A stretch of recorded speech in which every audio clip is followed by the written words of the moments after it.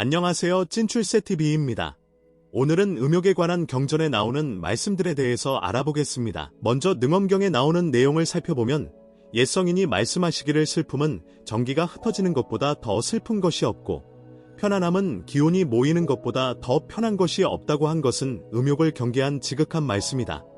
미린에 이르기를 음욕에 큰 근심이 다행히도 하나만 있기 때문에 어떻게든 그것을 끊고 보리를 닦아 증득한다고 하시니 배우는 자는 여기에 대해서 마음을 다해 단련하지 않을 수 있겠는가? 만약 음욕을 끊지 못하면 억겁만겁을 지내도록 생로병사에서 벗어날 날이 없을 것이니 확실히 깨닫고 크게 수행하여 무궁한 문에 들어가기를 성심으로 힘써야 할지어다.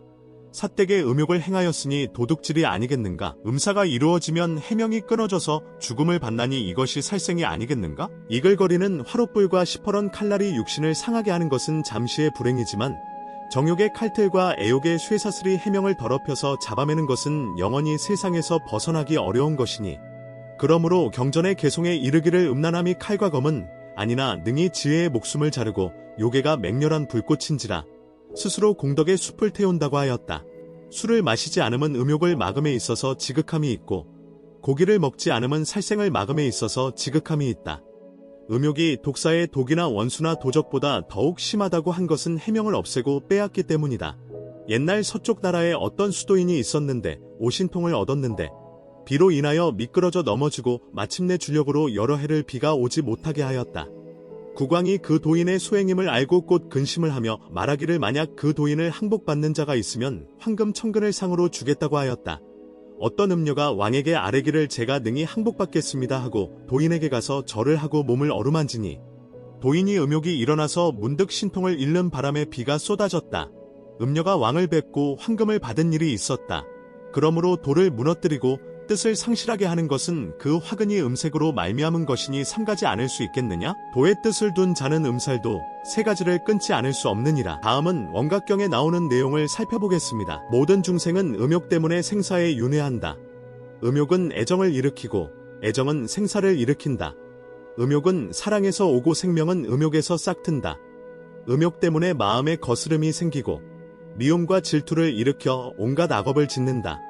그러므로 그 누구라도 고통스러운 생사윤회에서 벗어나려면 먼저 탐욕을 끊고 애정의 갈증에서 벗어나야 한다. 다음은 42장경에 나오는 내용입니다. 인간은 누구나 남녀간의 이성과 재물에 초연하기 어렵다. 그것은 마치 어린아이가 칼날에 묻은 꿀을 보고 핥다가 혀를 베는 것과 같다. 사람에게 애욕은 횃불을 쥐고 바람을 맞으며 가는 것과 같다. 어리석은 사람은 횃불을 놓지 않으니 반드시 손을 태우는 우환이 있게 될 것이다. 애욕은 색욕보다 더 심한 것이 없으니 색욕은 그 크기가 한이 없는데 하나만 의지하였기 망정이지 만약 둘이었다고 하면 온 세상 사람들 중에 돌을 닦을 수 있는 사람은 없을 것이다 하시니 생사가 끊이지 않고 열반이 막히는 것은 오직 음욕 한 가지일 때문이다.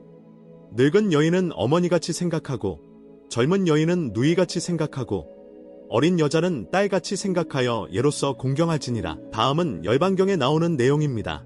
습한 땅의 잡초가 무성하듯 애욕의 습지에는 번뇌의 잡초가 무성하다. 애욕은 꽃밭에 숨어있는 독사와 같다.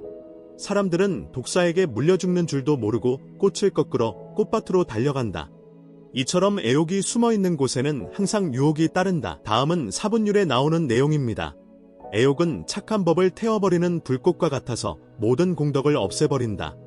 애욕은 얽어묶는 밧줄과 같고 시퍼런 칼날을 밟는 것과 같다. 애욕은 험한 가시덤불에 들어가는 것 같고 성난 독사를 건드리는 것 같으며 더러운 시궁창과 같은 것이다. 차라리 남근을 독사의 아가리에 넣을지언정 여자의 몸에는 대지 말라. 다음은 화엄경에 나오는 내용입니다. 사음죄도 또한 중생들을 사막도에 타락시킨다. 만약 인간 세상에 다시 태어난다고 하더라도 두 가지 나쁜 과보를 받게 된다. 첫째는 아내가 정숙하지 못하고 둘째는 뜻대로 따르지 않는 가족을 만나게 된다. 다음은 법유경에 나오는 내용입니다. 음욕이 불길처럼 일어날 때는 아무것도 돌아보지 않는다. 그때만은 죽어도 좋다고 생각한다. 그래서 몸을 위태롭게 하고 목숨을 잃는 것도 다 그 때문이다. 이상 음욕에 관한 경전 말씀들을 알아봤습니다.